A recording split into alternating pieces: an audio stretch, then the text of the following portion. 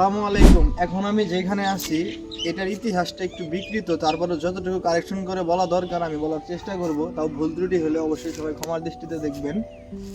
এখন আমি যে স্থাপনার সামনে আসছি এটা মূলত নাপাইচণ্ডী মসজিদ নামে পরিচিত। তো আমরা এর আগের ভিডিওতে হয়তো আপনারা দেখছেন আমরা যে ওই যে একটা রাজবাড়ি গেছিলাম, পীরগাছা রাজবাড়ি, সেখানে কিন্তু চন্দ্রী চৌধুরী রানী নামে একজন মহিলা শাসন করতো।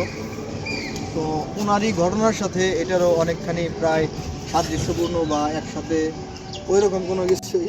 এখন আমি এই স্থাপনাটির ভিতরে ঢুকে আপনাদের একটু দেখাবো, তবে ভিতরটা আসলে ঢুকা কতটুকু নিরাপদ আমি জানি না, তারপরেও যেহেতু আপনারা আমার ভিউয়ার্স আপনাদের জন্য আমি এতটুকু অবশ্যই করবো। তো ভিতরে ঢুকে আপনাদের দেখানোর চেষ্টা করবো। আসুন দেখি ভিতরের কী অবস্থা। ভিতরে মানে একদম অন্ধকার, ঠিক আছে, তারপরেও ও বাবা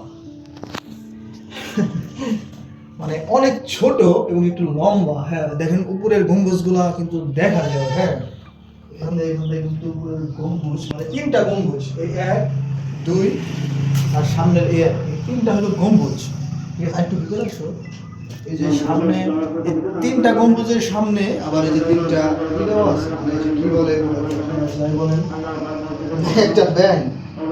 হ্যাঁ এরপর এই যে এদিকে এখানে মনে হয় কিছু একটা ছিল, মানে এখন প্রায় ধ্বংস হয়ে গেছে। এর আশেপাশে কোনো কিছু ছিল কিনা তাও এখন আমরা জানি না।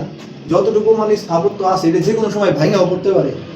হ্যাঁ আরেকটা জিনিস খেয়াল করলাম, একটু এদিকে আসো, যে এইখানে দেয়ালের ভিতর দিয়ে একটা গাছ বের হয়ে গেছে। আসলে এটা কি ফাইটে গাছটা বের হয়েছে নাকি আগে থেকে এরকম ছিল, এটা আসলে আমি জানি না। আপনারা যদি কেউ অবশ্যই জেনে থাকেন অবশ্যই কমেন্টে জানাবেন, ঠিক আছে। আর কি বলবো, আসলে একদম পুরাতন স্থাপত্য। একটু ছুঁয়ে দেখলাম, ভালোই লাগে। তো সবাই ভালো থাকবেন, সুস্থ থাকবেন। আর পরবর্তীতে কোন ধরনের স্পটে যাইতে পারি, রহস্যময় জায়গা সম্পর্কে অবশ্যই আপনারা আমাকে জানাবেন। সেখানে যাওয়ার, এক্সপ্লোর করার এবং রহস্য উদ্ঘাটন করার চেষ্টা করবো ইনশাআল্লাহ।